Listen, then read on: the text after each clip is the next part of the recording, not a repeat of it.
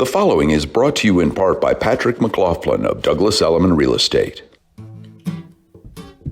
From a facility in East Hampton where realtors like to say you can walk to the beach if you're Gandhi. This is AirHamptons with Bridget and Bill. I'm Bill McCuddy. And I'm Bridget LeRoy. Thank you for leading me in, Bill. And welcome to 2023. Oh my God, it's already 2023. All about new beginnings, and we hear the gentle strains in the background of our one-man band, Mr. Jim Turner. Hello, Jim. Happy New Year. Okay. Are you having the guitar talk for you today? It's talking guitar dance starting over. Are you Harpo Turner today? Yes. So, well, we have an action-packed hour today. Yeah. Of new beginnings, of starting over. Absolutely, which was better than Jim. Resolutions. Everybody does resolutions. No, everybody does. Nobody keeps those. Nobody keeps them. We're going to talk about some very famous people that have started over, rebooted their careers, acting careers, political careers. And very often do they go back and forth, the actors and the politicians. Yeah, that's true, because I was once time at a pump in the governor and a culinara. And that was I don't know who Sullivan. that was. Yes.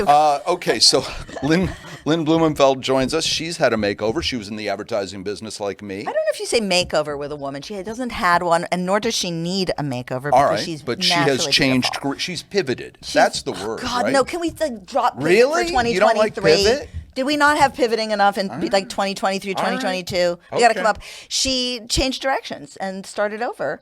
Not really started over. Lynn Blumenfeld is well-known. Blumenfeld and Fleming, they're an advertising agency, a world-renowned advertising agency. But she has never pivoted. She's never pivoted. Pivot. She joins us in a minute, as does Patrick Maclaughlin from Hamptons we've Chatter. got so many people. And we have an interview with Matt Raynor, who I can't think of anyone who's started over more, and we'll get to that. That's an inspiring story. And then we have Bill Collage, who's a screenwriter and has done a little thing with a guy named Will Smith, who also needs a makeover and needs to reinvent himself this year. Well, maybe this movie in a film nobody thought was going to be released. And then Apple decided to put it into some theaters, and for Oscar consideration, Collage wrote that. It is a stirring motion picture. It is not on my top 10 list, but it's a good one. Have you seen it? According to some people. No. Okay. I love you, Bill. Right. Well, I'm just being honest. My partner, McCuddy. No, you're really good at the bull spit. You know what I mean? You're super good at the bull spit. I think that deserves applause. There you Thank go. you. So those of you listening to this can't see that this is a little novelty device, and one of my, I won't say resolutions, but one of the things I want to do in the new year is get more laughs. And I know it's not going to happen from you. So I brought this thing along, and that's the last. Do you have a wah, wah? Yeah, there is a wah, wah. And you have the psycho music for me? Yes. Okay, good. Are we allowed to do that FCC-wise? To go, I think so. Yeah, I don't think anybody owns that. Well, listen, let's move to our first guest, because I was already doing It is about. I was doing a little bit of an intro, and I'll just finish it, because I'm glad you did the rest of the things. Oh, that's what that was? Yeah, okay. No, I didn't. I wasn't forceful enough. Forceful is my word for 2023, so watch out. Let's see how that goes. Lynn Blumenfeld, world-renowned advertising agency located right here in Montauk. She is a Montauk legend. And I know, well, we were talking about it beforehand. That laugh. The laugh. Yeah, get the laugh. But also pivoted or reinvented herself and started over with a rock band after the age of 50, which is amazing. So can we welcome Lynn? Lynn, welcome to AirHamptons. Oh, thank you so much for having me. It's a fascinating story, and it pivots. But you don't know. It pivots beautifully, but I'm not allowed to say that. But it sort of, a lot of people come out of advertising. A lot of screenwriters, a lot of actors, Ridley a lot Scott. of stand-up comics, and Tony Scott. directed, right. But you were behind the scenes in advertising, and then suddenly got on stage and decided to rock. How did that happen? Well, I came out of the womb looking for a microphone and a spotlight, so it wasn't sort of like it just happened. Right. And when I was in my teens, I was in I was the kid when you watched a school play or a school musical. I was the one in the front. Right. Hi, I'm acting out the entire song. Oh my God. And in fact, when I started this band, the guys would like start a Led Zeppelin riff or something. And Jim Turner did this with me once. He invited me to come sing at a gig, and I didn't know 2 rock songs. Oh, wow. It was embarrassing. And I would like look at the guys in the band and say, but do you know anything from Pippin? because I know everything from Pippin. So, my so goodness. I Do we was do the Fantastics? Do you have the score from? I remember. Yeah. Yeah, right. So, one day I went to the Surf Lodge on a Wednesday to see my friend Nancy Atlas, and Who has been on this show. Yeah. She's amazing, Yes, she is. and she's a sort of masterclass in how to entertain. amazing. She's a genius. It's like she's the coolest girl at the party, and you're lucky to be there with her, and you're so grateful for everything she says and does to you. Wow. You know? So she invited you up. So she invited me and her husband, Tom Hughes, also known as Tommy Babes, and Sarah Conway, and someone else to come sing The Wait with her. I didn't know The Wait. Right. I knew the chorus, but she wanted me to sing a verse. Wow. And she was like, "Don't worry, here are the words. You'll be fine." And I did it, and there I was dressed in my sort of advertising girl outfit, you know, a skirt and a little jacket. And all my friends were there because everybody in Montauk loves Excuse Nancy. me. I wasn't there, and I'm one of your friends. It's true, but were just we wanna- friends way back when? No, maybe not. Okay, I don't we know. were. We've Anyway, been friends for 20 years. Yeah, we have. Go ahead. Go ahead, darling. Go ahead, darling. I I'm didn't mean to verklempt over interrupt here. your story. And You could have told her you were there. She wouldn't have known the difference. I was there. Okay. Okay, sorry. Go ahead. So, I watched all these people sort of like a slow motion reaction to me singing.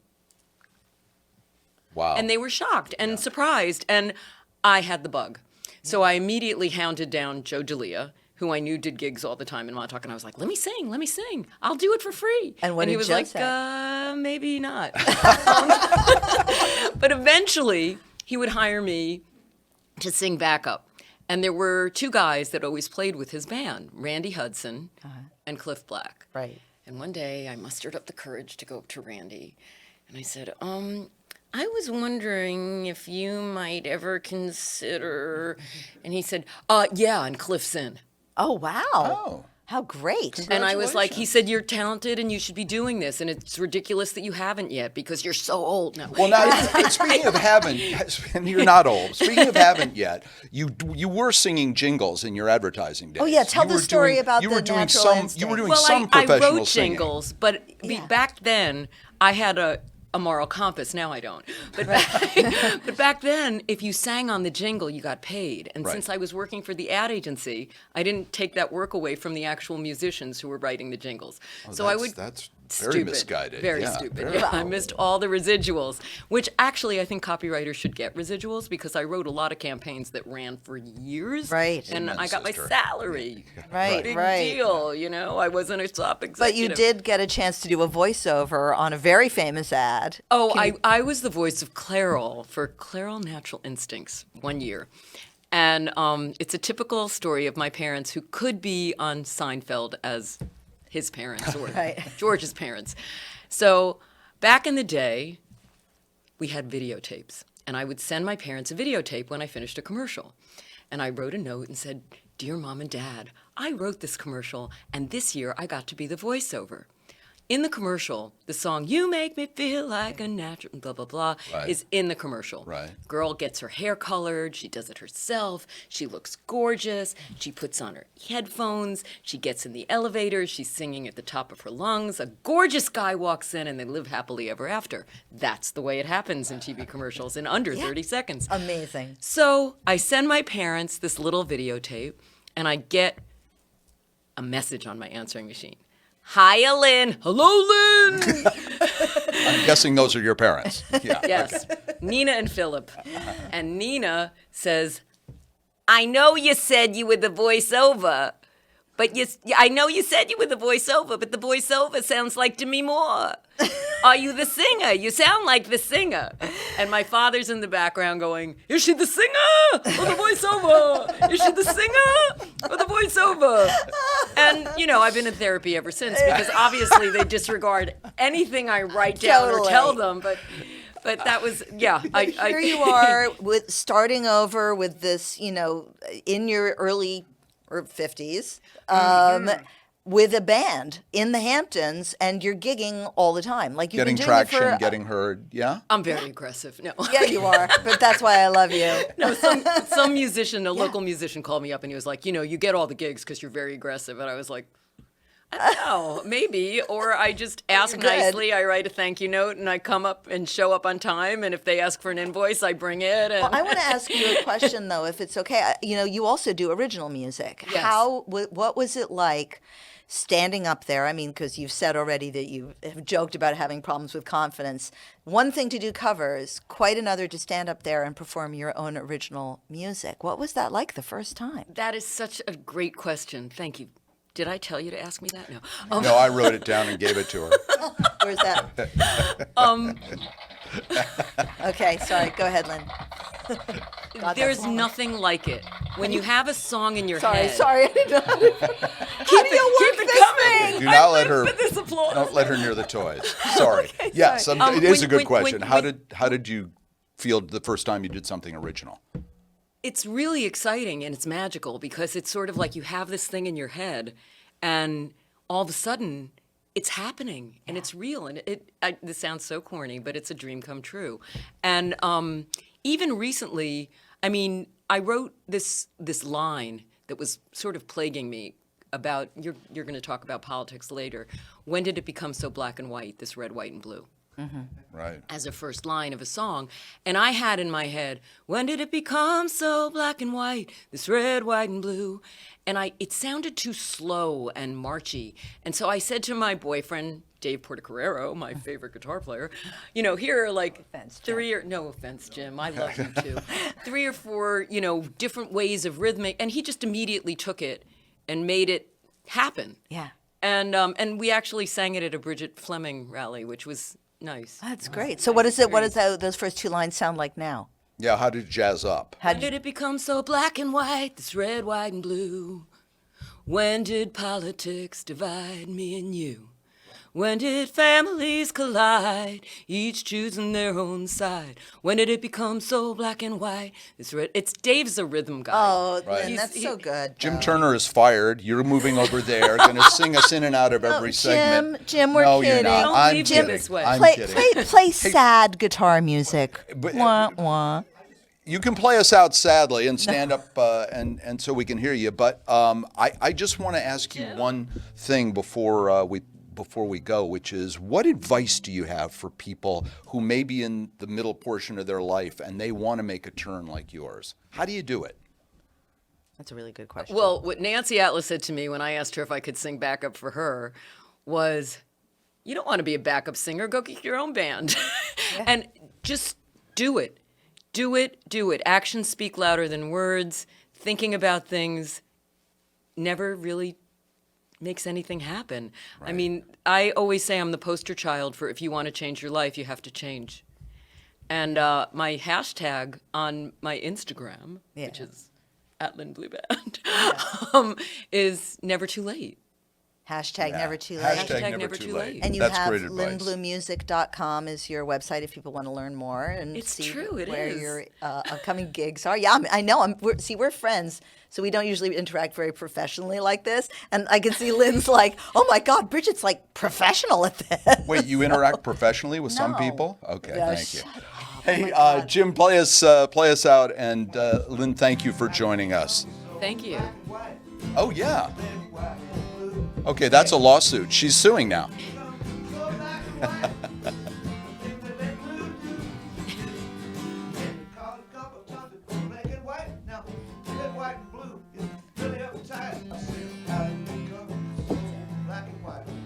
It's red, white, and blue.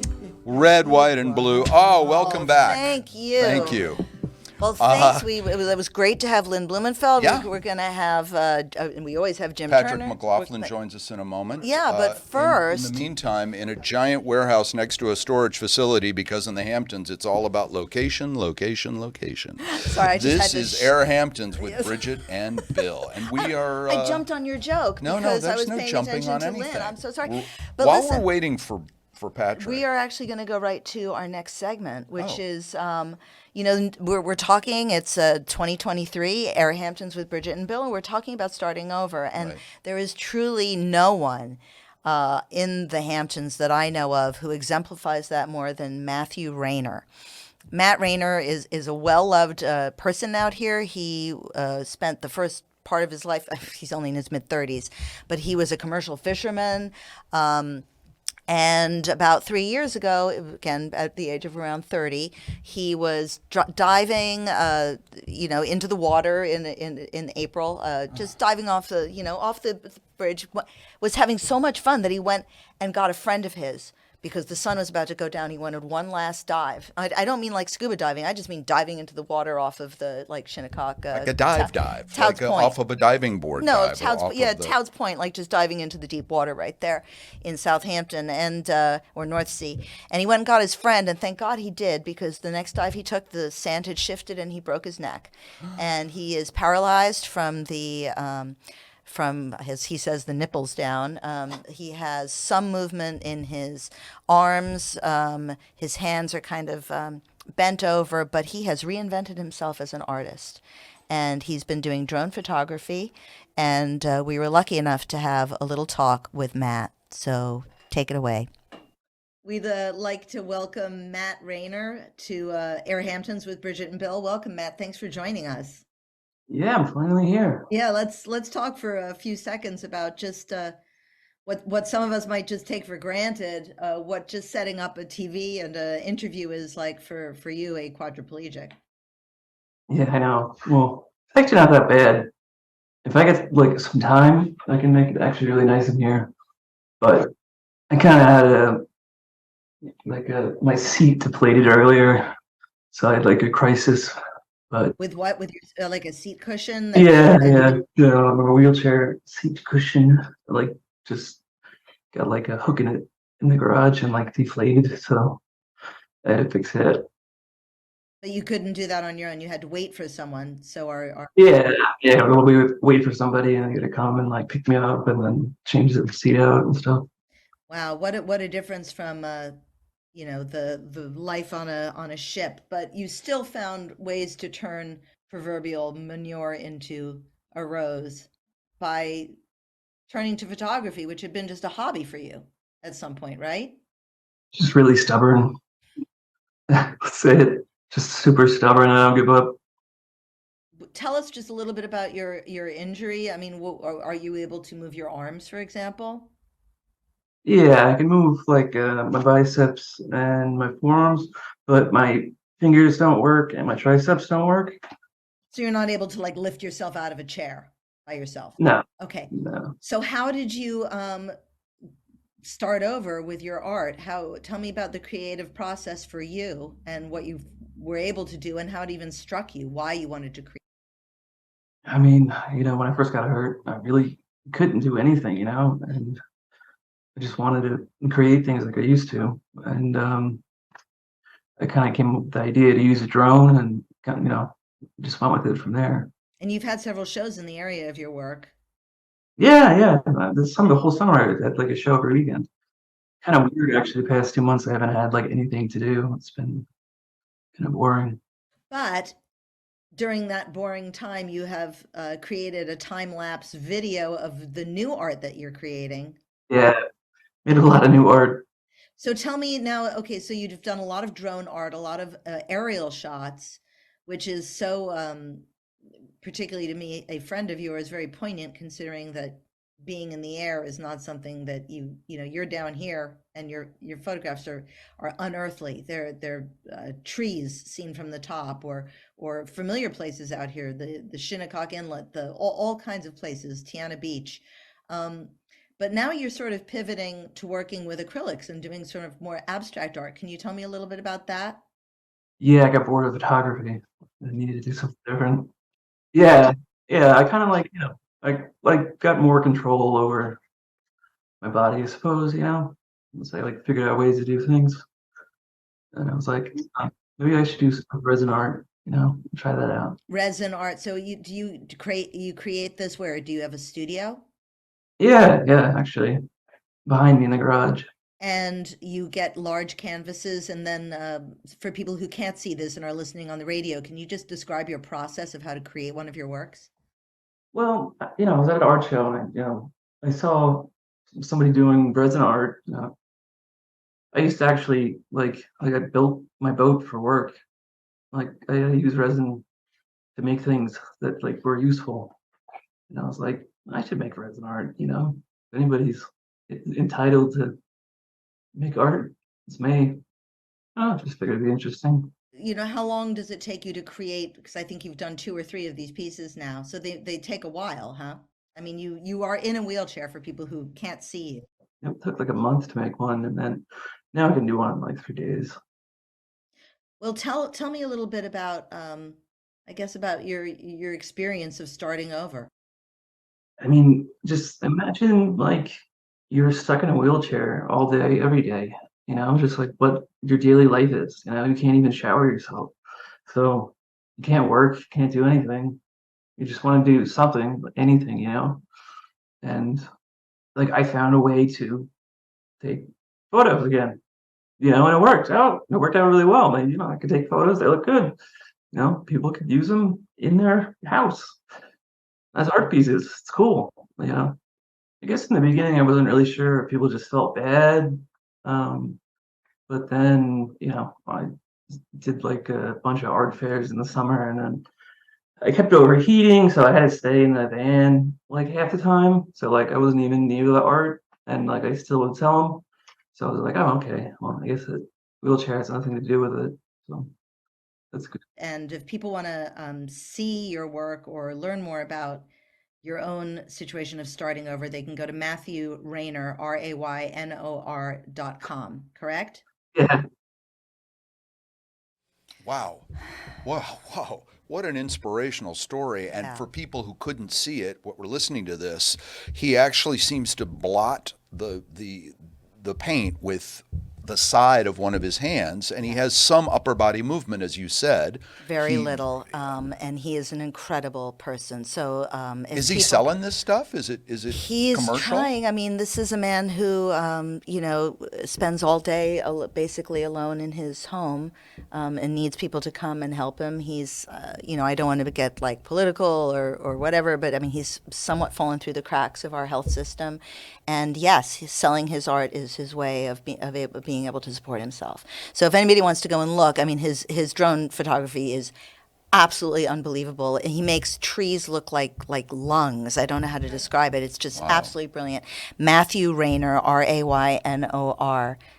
Matthew Raynor Photography or MatthewRaynor.com. Anyway, Google Matthew Raynor and his photography. RAYNOR? RAYNOR, and it will come up. And yeah, and I was really grateful that he had the time to chat with us.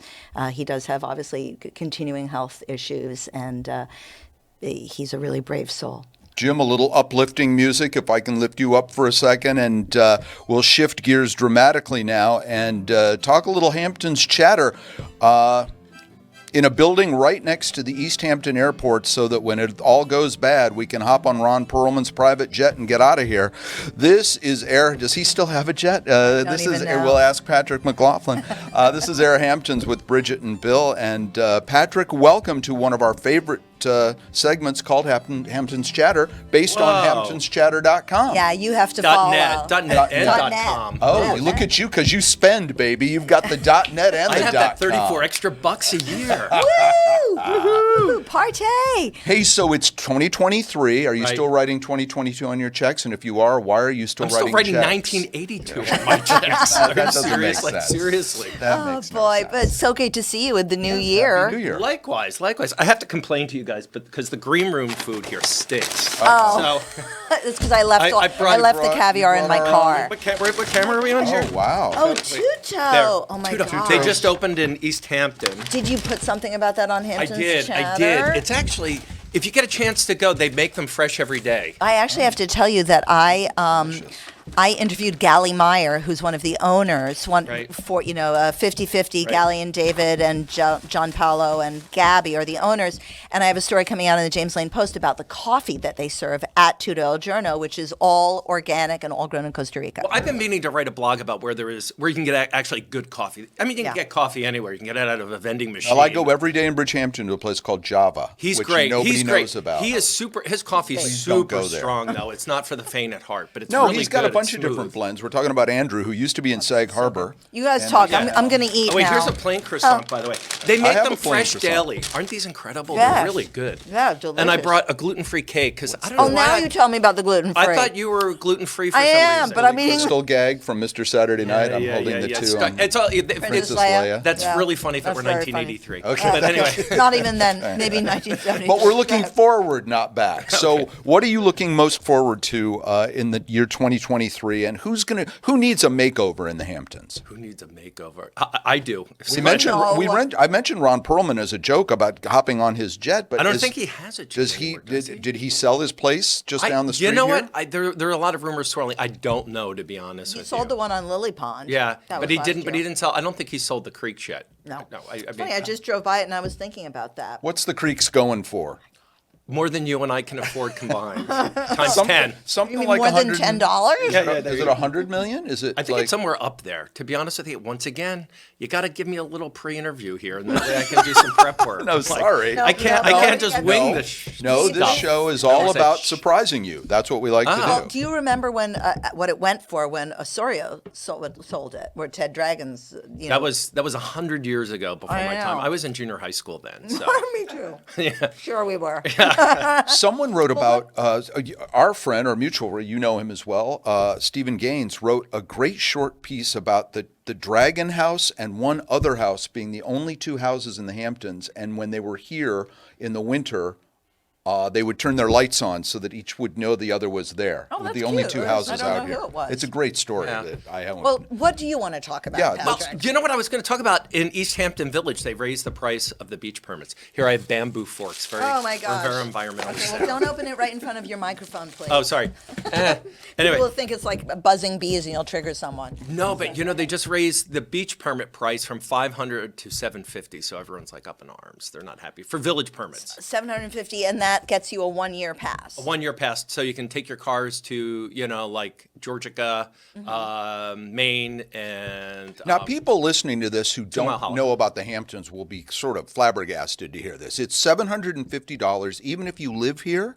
that's for Or if you're- non-village Right. residents. So- It's for people who live in East Hampton town, not the village. Not so, the village. in other words, like people in Amagansett, people right here in Waynescott, where Right. we film. And people who rent and don't peop- own. and people who rent. And you know what? Last year they sold out. I was going to say, how many do they sell? I can't approximately. I think it's about. I'm trying to remember the numbers, but I think it's about 1,500 a year. And last year they sold out in like 2 hours. Right. They started at 12 midnight and they sold out at by 2 in the morning. They were gone. Can you resell them on eBay? Do No, you people, can't because you have to like link it to- Taylor Swift tickets go on. No, it's not I Ticketmaster. got beach tickets here, But beach anyway, tickets. They are doing Two up front. They're doing something special for locals this year on January 27th. You can go to the Firehouse on Cedar Street and get a beach pass for a bargain price of $500 on that day and that day only. Wow. And then that's unique to East Hampton, isn't it? Because in what's called Southampton Town, where I They live don't in run out of- Bridgehampton, they don't run out of anything. And I think I pay $20 for a Why? beach Do you pass. have any idea why they limit it to 1,500? I mean, I've You never know what? really asked I think we need to that. have Jerry Larson in here and ask him. Yes. Jerry, Let's we get need Jerry. a- Or Jay Schneiderman, or one of the big hoo-has from But East the local Hampton Town, politics. East Hampton Town does not run out of. I don't know where that came from. I think it was because Julie Andrews was on here a few Well, I'm weeks just ago. grooving on the Tudor Journal. You guys, Isn't that you guys good? talk- Wow. Oh my God. So Bridget, good. how good is that? That's You really, can't pay really for good. product placement like this, but if Two-Door Journal would like to. No, they are not We're sponsors. available. I'm just loving this food. So No, but they thank you. should because we were endorsing their croissants, which are really good. Made fresh daily, and they're really good. And also opened up in East Hampton they finally opened up St. Ambrose. San Ambrose, which Yeah. it's not San Ambrose, it's San Ambrose with a T. Oh, okay, It sorry. has a T at the end? Yeah, someone corrected St. me. Ambrose. Oh, okay. Oh, slappy on the handy. Well, I'm still making payments on the last time I ate there. What did you have, the clam chowder for $39? Crazy. Is it really? There's No. a $39 clam chowder. Oh my gosh, the two of you said that in stereo. Yeah. That was so cool. And the Now you oysters come with real pearls. So it's very, very But not with Ron Perlman. highbrow. Okay. Do you know why we're in sync? We were born on we had the same birthday. Yes. Wait, don't tell me. March 7th. Oh my God, Bridget LeRoy, you go on with your bad self. It's my little Rain Man thing is that I remember birthdays. Oh my God, It's the that's so only thing. impressive. That's coming right up March 7th, so maybe people want to write that down. Yeah, maybe. And what would they- I'm loading my wish list on Amazon now, so I'll post that link on I'm just Hamptons gonna have Chatter. I want everything he wants. No, I'm just going to have a GoFundMe so we could go and all have a cup of clam chowder together at Sant Ambrose. Saint Ambrose. Okay. And then we can go across the street and shop at Brunello Cucinelli. It'll be a discount day. Oh my goodness, we could have Did so we much all fun. just win the lottery? Because that's what it takes to it shop at feels that like. place and eat there. But you know they're opening a Brunello Cucinelli at Tanger. Oh, so it's all the I food. am so kidding. That's You are an so outlet. gullible. People were like, what? I thought, and a St. Ambrose there where they sell the food people send back. There you go. Yeah, so- They're the day olds, like a An Golden outlet Pear. mall. They serve the day olds. You can buy the day old bags of bagels and muffins for like $5. Yeah, they're doing that at St. Ambrose now. The day old pasta. Really? No. No. Oh, you're kidding. Okay, Cracked see, me I'm up. so If I can gullible. make just one person laugh, I used to say I suck. Yes, But- yes, exactly. so, Especially in your position. what about the real estate? We always ask you about this. What about the about what's market out starting here? Wish I had happy year. news. We're optimistic. Listen, inventory's low. Interest rates are rising. That's not good. No. Sellers want COVID pricing. Buyers want post-COVID pricing. So Right. we're in a bit of a Mexican standoff, as I keep saying. I don't know if that's PC to say, Mexican standoff. It's you okay. can. We'll But- we but- allow. But it's we're kind of at a we're butting heads here. But I think maybe in the fall things will sort of settle a little bit. But the inventory is down. There is no inventory. But if you look at the transfers, there's no transfers either. So So the it's- inventory's sitting there. Inventory's kind of. sitting there unless I it's know someone unless that it's a wants to do bar. some remodeling, and the price of everything is still really, really expensive, and it's impossible to get anybody to do any kind of construction.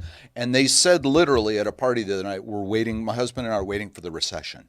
Well, the So they're like planning for the recession like it's in the Farmer's Almanac or something. It's just it's gonna Well, happen. I keep hearing it from everybody. We get a lot of Wall Street people out here. I'm telling you, the market's coming down. But I don't have a crystal ball. I don't know, and I don't work on Wall Street. I work in real estate, and I can tell you, listen, prices are not dropping here anytime in the near future. No, I can't Even imagine during the that. last recession, you know what?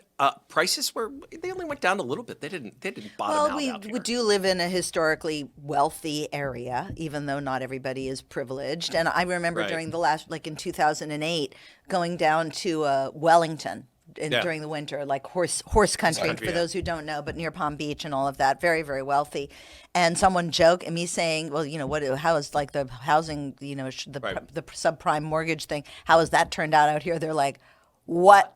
Yeah, like, what are you talking about?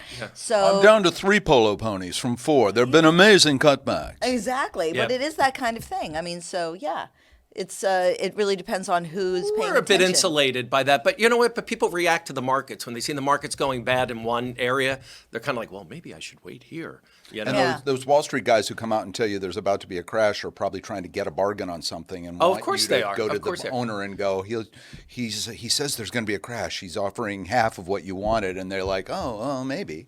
This isn't going to air anytime in the immediate week, is it? Because No, this is 2023. we're trying to negotiate deals. Yeah, it's a little bit of like that, Bill. You're right on the money there, but. Like I said, I think things will ease up a little bit in the spring. It's winter. Everyone's like they're hunkered down. They're not Yeah. thinking beach, but they better start thinking beach because beach passes sold out really fast. Yeah, that's Now, what I'm not allowed to use the word pivot, but you had a career change later in life. You were Yeah. in television. You were producing a very successful young stand-up comedian who won his own talk show. I will that never was me. forgive Ed McMahon for picking him. That was Ooh, me, for Bill. picking Yeah, Bill yeah, for yeah, McCuddy. Yeah, so McCuddy got his own now show. you are in real estate, and we asked, and we're asking all the guests today, what advice do you have for people that are changing careers later in life? What's the number one thing? Is there a master class you can watch? Is there do you need a mentor like you do when you're a college student? How do you do it? How do you make a change? You know in what? your This 40s or was for 50s? me. I can't answer for everyone, but I forget who it was. Who's the basketball coach that used to coach UCLA? He's like famous for his. Pat Riley? No, Pat not Riley? Pat Riley. No. Anyway, you can tell we're all a bunch of jocks here. But someone said, like Somebody's gonna if call you in. took the best, street court player against the best professional player in the world, who do you think would win? And he said, the professional. And he said, why? Well, because they play when they don't want to play. And it's about perseverance and persistence, and Yeah. What are you saying? You don't really want to be here? No, I'm just saying it's you hate this just show? hang in there. Just show I up every understand what day you're and saying. do Oh, I see. and do the job. There's so many people who get into real estate, and I managed for like 12, 14 years, who get into it thinking, oh, I'll do it part time and I'll Right. sell two $10 million houses. Well, it ain't that easy, So it's about persistence and perseverance and and- getting your name and face out there. doing the legwork Yep. and it's not an impossible business, but it's not an easy business. Yeah. Hey, in the next segment, we're going to talk about celebrities who have successfully reinvented themselves. Would you stay Yeah, for stay that? with us. Oh, sure. Stick around. We'd love to have sure. you. Jim, let's have a little transition music. It'll give Bridget a chance to chew and swallow another huge Try bite more. of cake. Isn't it good? I'll have a little I of this ate as I well. ate the whole cake. Wasn't it good? It was I don't remember. Yes. It was so good. Because we're both really good at ignoring anyone frantically signaling to wrap it up, this is AirHamptons with Bridget and Bill, and we're nowhere near wrapping it up. We're halfway through an amazing show about new beginnings, about starting over, and that's the great Thank you, Jim Turner. Jim Turner. He's our one-man band, and house band. I was telling you at the beginning of the show that last month I had the pleasure of dining with Robert De Niro Okay, wait, at a your big. turn. Okay, yeah, Here, put it in the at a big, name a drop- big, name a drop jar. relatively big 30 or 40 person dinner for the holidays, and we were talking about celebrities who've reinvented themselves and how he had shifted from drama to comedy, and then I brought up Adam Sandler. Yeah. And Adam Sandler's a guy who Hustle is on my top 10 list. I know you've told me about that I movie. love that I still movie. haven't had a chance to Which one Patrick, is did this? you see that? The one on Netflix about he plays the coach. Basketball. He's like a basketball guy. Oh no, I haven't seen that yet. And tons of famous basketball people who play themselves are in the movie. And De Niro said that he didn't love Uncut Gems, the thing that Right. Adam did that was also serious. Supposed to be really good. I thought it was great, but he said a little bit. Yeah, too many people were talking over too many people. He was What, mostly, people were talking over each other? Yeah, they're mostly. Yeah, it was just like Fox and Friends. So it was mostly the directing, but he was admiring the fact that he had made himself over. We were talking about Daniel Craig Wait, too. but I came in with the news today that Adam Sandler, Oh, right. in March is going to be being awarded the Mark Twain Humor Award. Yeah, that's Oh my become a God, big I put deal. my phone on And here's Adam Sandler calling And now. yes, absolutely. put it on. That's they watched me okay. put it on air. Yeah, I think like when that happens, like it's like an angel gets its wings, or whatever.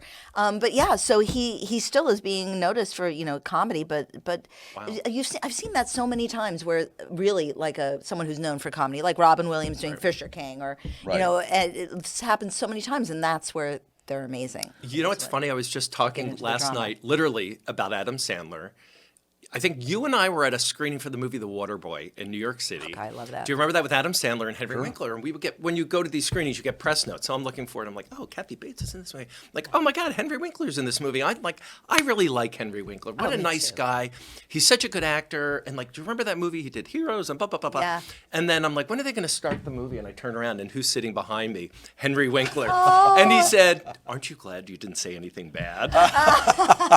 And I ended up talking to he and his wife for a while, and he could not have been just nicer. But he just got nominated for a Golden Globe Award. For Barry, yeah. Yeah. He's phenomenal. And in he's Barry. someone who has absolutely started over. I mean, from Yeah. Fonzie, Right. and literally jumping the shark. I mean, that's the show where where Jump that the saying shark. comes That was from. not the guy they wanted for Happy Days for Fonzie. They wanted somebody big and bulky like a Stallone, and Stallone was playing those kinds of parts then. Sure. And little Henry Winkler walked in there. I think he went to Yale. He was an established actor, and he put on a coat, slicked back his hair, and he did that Fonz thing Yeah. for them, and the rest is history. Yeah, absolutely. By the way, you mentioned Heroes. The Yeah. Sally Field Field was in and that, Henry yeah. Winkler. You know why I went and- to see that? Because Harrison Ford has a tiny little bit. He and I does. was, Yes, I he was in my does. Harrison Ford period. Well, here's right a after little- Star Wars. And I know you lived around the corner from him because I used to. He used to live And- on 101 Central Park West. Yes. Do I have to put because I just Yes, was I'll put neighbors one with in him. for you. We're- But yeah, we're I used to see dropping him at the muffin shop on Columbus Avenue all the time. Yeah, because he's a muffin. Well, okay. A little Sorry. piece of Sorry. trivia Pull is yourself that back, Bridget. the screenwriter who wrote Heroes, Jim Karabatsis, lives in Bridgehampton, about Oh, a block wow. from me. He also wrote Heartbreak Ridge, and Wow. Hamburger Hill. But we're not going to So it all comes back to the Hamptons. It's all Yes, here. it does. It is. It's all here. yeah. So reinventing yourself. Who else? So here's the list according to Forbes.com and Tom Ward, who is something called a CMO there. He puts at the top of the list We're both creative looking marketing. CM. I think it's Chief Marketing Officer. Oh, okay, Marketing there you go. officer. Thank Okay. you. Too many chiefs. He has at the top of the list. Maybe I should count it backwards. He goes at number 9. He's got Madonna, who he thinks played so many different kinds of music. Ooh, but and, what is she playing now? Well, and This is not reinventing yourself. yeah, this is the celebrities still of acting. George Foreman, number 8, who sold his former Hamburger George grill. Foreman Okay. grill. He was a boxer, Okay, and then he okay. made $200 million on Yeah, that. that was Ice definitely- Cube, Jerry Springer, Arnold. Obviously, Arnold was a bodybuilder and then became governor. Floyd Mayweather. He has his number 5 on the only because the What does guy he do other had sort than- of reinvented himself as a boxer as the evil guy, the villain, the bad guy, and makes something like $100 million a year. Kim Kardashian, I get. Yeah. Robert Downey Jr. was on drugs. You and I had interviewed him many times. He was in Chaplin. Then he married, and okay, sorry, more. But you got to remember. I remember he was on Ally McBeal, and that was his big Oh, yeah. renaissance. That he Yeah. was on Ally McBeal, And he sang a song with Vonda Shepard too. I loved. Vonda Shepard was on our show. She was a nice lady. Okay, more. We're just dropping. You know Yeah. who's not dropping Wait, names? who? Bridget LeRoy. Okay. We'll get you to. Okay. Anyway, so no, but And who was Ally McBeal married to? Still to this day. Harrison Ford. See, it all Kristen comes Flockhart. around Yeah, in a yeah, circle. yeah. That's so funny. But this list. Okay, so you've got all these Keep going. celebrities here. They aren't really. I mean, they've gone from one. These are lateral moves. These are not starting. Well, and number 1 is, which I don't agree with, is Angelina Jolie, and he says that all started. But as an actress, she became a human rights activist, and that happened when she was in Cambodia making Lara Croft, which we did the junket for once upon a time. And yeah, she's a little different, but mostly this list is about people who took their Reinvented. success Well, I'm and going to actually 'cause launched Patrick it into knows. something. You know else. who should have been on that is Jessica Alba. Like, look at what she did. She was an actress, not huge, but now she has this line of baby clothing. That's huge. It's Yeah, huge. those It's things worth got bought for like $1 hundreds and billion. hundreds of millions of pivoting. dollars. I mean that I used the word pivot, but Patrick knows. I mean, let's bring it all back to Bridget because I've hardly said anything. That I had a huge. sorry. It's okay. The audience is very grateful. have a But I croissant mean, I had a later. huge change in my life. Yeah. You know, I went from owning the newspaper out here, and then I went up and huge pivot, bought an inn and a restaurant, having never done that before. Right. Ran that for 8 years. Like Newhart. Yeah. Well, except She didn't have Larry, Daryl, and Daryl with No, her. well, I kind of did, but I also had a staff of 50. It was a 140-seat restaurant. It was a 24-room inn. I ran that for 8 years. I was innkeeper of the year, and then my world blew up. When Tavern on the Green. Yeah. When we lost the RFP on that and went immediately into bankruptcy. And thank God for people like Patrick who helped me. I mean, I came back here. We were getting our food from the food pantry for the first 5 months we were here, Springs Food Pantry, and lost everything in a bankruptcy. I mean, completely lost everything. So The family, you did. yeah, right, I right. had three kids, 3 dogs, a parrot. Dad was in charge of. My dad was dead. But Yeah. he's founded the Tavern on the Green. Well, not and- really, but he had had Russian it for tea room. 35 years. Here, let's do this little Warner LeRoy. No, you can Warner say your LeRoy dad. Well, he's a famous person, so. But anyway, but coming back and really just like living in people's living rooms and stuff with my 3 kids, my 3 dogs, my parrot, and my husband while we got on our feet, and I bit every ass that came down the road. I was a census taker. I took midnight shifts at the local inns. I delivered meals. I did everything I could just to make a Get buck, by. and so did my husband. So it was a really tough time, and I just want to publicly reach out to Patrick because he would do these movie nights at the UA Cinema, and he always invited me and my kids, and that meant so much. So I really want to That's nice. deep That's- bow. that's- and oh my God. yeah, That's it makes nice. me really emotional. Yeah. But the good news is that today everything that my husband and I have is ours. It's something that we have earned, and if we go on vacation, it's because we made the money to do it. And that's a huge start over for someone. Perseverance once again. Perseverance and keeping a good Stiff upper attitude. lip- stiff upper well, lip. good attitude, especially with, I mean, I didn't have my nervous breakdown until the kids were out of the house because I had to be like, go, go, go, everything's fun. Right. This is an adventure. We're going to have the best time being poor, and look at us doing this and growing our own food and whatever it was. And the day someone did help us out to get this house in Riches, the day we closed on the house was the day I was approved for Section 8 housing. Wow. So just so incredibly blessed. So starting over, so that's the only reason your list is absolutely fine and I wonderful. understand. But I also have my own little starting over story. I've got a story here. I want to that's hear a your little- story. No, I yeah. meant you were like, okay, yeah, sure. Arnold I Bridget, Schwarzenegger. you could have come stayed with me, except for the parrot might have scared me. He was a nasty little bastard was it? too. Oh my God, I What was a like a- nasty little Really? A parrot. nasty parrot? Oh my God, my mother, he would like run across the floor when she came in and try to bite her boot. And she'd say, "Get away from me, you little S word." There's a children's book in that somewhere.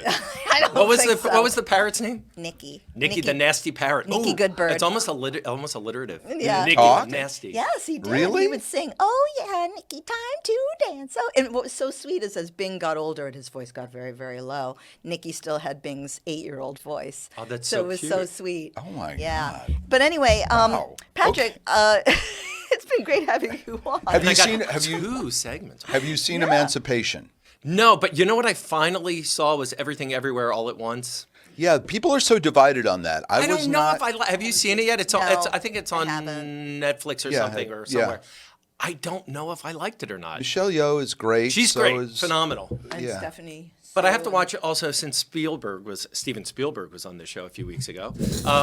I saw The Fabelmans is now on iTunes, so I'm going to probably watch that Yeah, sometime. it's, well, I'd Well, be Patrick, interested in your opinion. We have so enjoyed just chatting and shooting the breeze with you. No, stay. Oh. But we're coming up toward the close of our show, and you mentioned Emancipation, which is I did. based on the photograph of, as they say, Whipped Peter, whose real name was Gordon. Let's give an enslaved man his. I will say, real you know name. what? I think they're going to have a hard time with Emancipation because of one person only. Well, we were talking about that at the top of the show. And Talk if about anyone people who need needs, to pivot. Yeah, Yeah, no, well, we were that's- talking about Will Smith, and yeah, we're talking about how what are they going to do this year? If he's nominated at the Oscars, he's not allowed to go. They'd have to make some kind of an exception there. But we're getting ahead of ourselves because I had the chance to talk to Bill Collage, who's the screenwriter and who normally would have had an unbelievable year because this would have been one of the biggest things he's ever worked on, and because of what's happened. He's putting a good face on it, and we're hoping the movie does well for him. But I had a chance to talk to Bill Collage at the Sag Harbor Theater the other night, and we started out asking pretty much how it feels to be part of this conversation this year.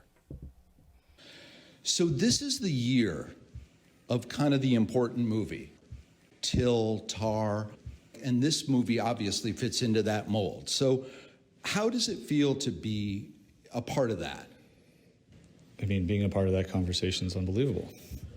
I couldn't be more honored. And this film is kind of important for Will, huh?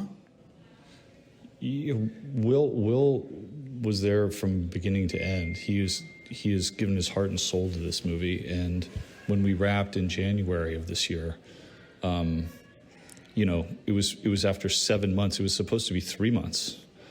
And so for him to dive into this world and do what he did for the movie was just unbelievable. To have him being a part of it, traveling the world with him and seeing the power that he has to convey stories and ideas is an unbelievable thing to witness. Now, we're standing in a room in Sag Harbor that you actually wrote some of this film in. We're at what is now the remodeled Sag Harbor Theater. So this is kind of cool. I mean, this doesn't happen very often. I'm not sure if there's a movie that's written in a cinema. I mean, it's a pretty interesting thing. A lot of it was written here, and then a lot of it was written in Louisiana in the swamps, in real time on the set and things like that. But to have part of the DNA of this film here in this room is very special, especially to share it with so many community members and like my friends and stuff who helped me get through it. Yeah, you live here, and now you're in Austin as well, so you make your home here in Sag Harbor, but also in Austin, Texas. Sag Harbor will always be home. My kids were raised here, and I've been here for a long time, 20 years. And Will has had a challenging year, let's say. And so this motion picture could be very important for him, correct? I think his work speaks for itself, and it's an unbelievable achievement that he's done in this movie, both producing it and starring in what is the best performance I've ever seen him in. Yeah, he's excited about it. He should be. It's, as I said, a great film for him to have on his resume. But, you know, a year ago when he was at home, Bill Collage, watching the Oscars, and that happened, he must have thought. And then Apple the next day said, we're never releasing this movie, or they made noises about that. And they instead are releasing it. So now people get to decide. But I want to say something about the Oscars last year as well, which, by the way, I didn't really watch. I watched the next day, the slap heard around the world, of course. But people seem to forget he also won for Best Actor. I mean, he did win Best Actor He did, last but year. people had a problem with the fact that he went up after that. I And get it. Took that and sort of changed it. I saw him a week He earlier. slapped before. Correct, Right. but I mean, then was allowed to stay in the in the room, then go up, make a speech, which was different than the speech he did a week earlier when I saw him at a Q&A in Oh my God! I'm in gonna New do York, more in New York, name dropping. and I pulled him aside and I said, "You just gave the speech that you're going to give at the Oscars," and he said, "Yeah, that is what I'm going to say," and that wasn't what he said because of what happened. Chris Rock has survived nicely. I don't think he needs a makeover, but we are certainly interested to see what the next big thing he will do is. 2023. I hope it's listen, great for this show. Before you wrap it up, it's not so fast, McCuddy. No, I'm not wrapping anything I've told my story. What's your starting over story for 2023 or in the past? Well, I mean, as we sort of hinted about when Patrick was on, and also when Lynn was on, I was in advertising like a madman without the four martini lunch. I don't believe that, but go ahead. Working in Washington, D.C. and in Baltimore. And one day I sent a tape in, like Lynn did to her parents, to NBC, and I won a contest out of 10,000 people. So this was the 1994. And I had been contributing to Saturday Night Live, sending jokes in and stuff. So I'd had some. Had they gotten on the air? Yeah, sure. That's so cool. For a guy named Dennis Miller during Weekend Update. I love Dennis Miller. So there I was in the same studio, 8H, where Ed McMahon declared I was the winner. And so literally overnight, I had to be on television where I had been in advertising, and suddenly I had a daily talk show. What was the show called? It was called Break a Leg with Bill McCuddy. It was the thing I won was on CNBC, but the show was on something called America's Talking. And America's Talking became MSNBC. Wow. And then I went to Fox News. Isn't it cool having like co-hosts who barely know each other? We've got so much more learning to do. Who was your dad? No, I know. Right. What's your last? How do you say McCuddy? Actually, whenever I call you, my Siri, I have like an Australian man, and I say call Bill McCuddy, and it says call Bill McCuddy. So.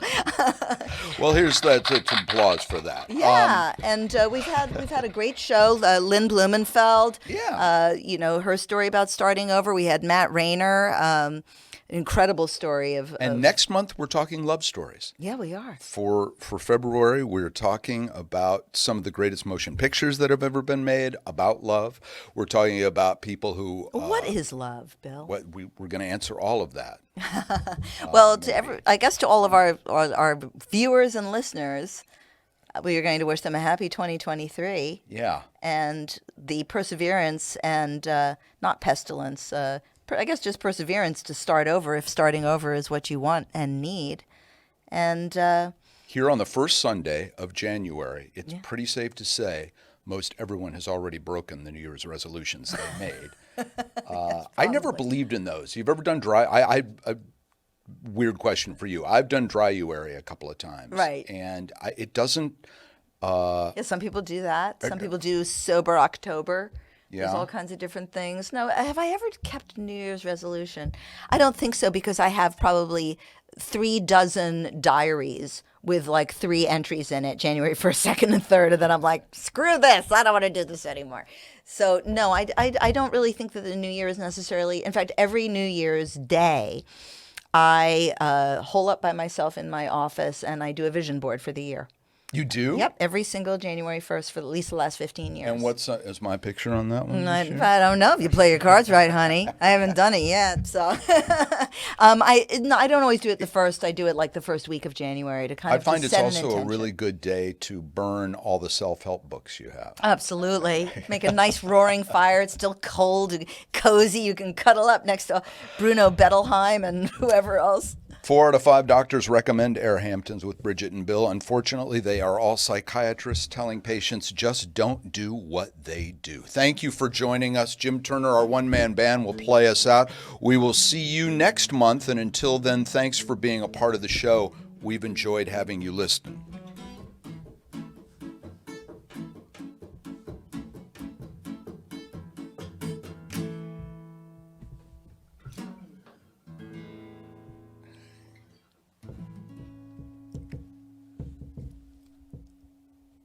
Woohoo!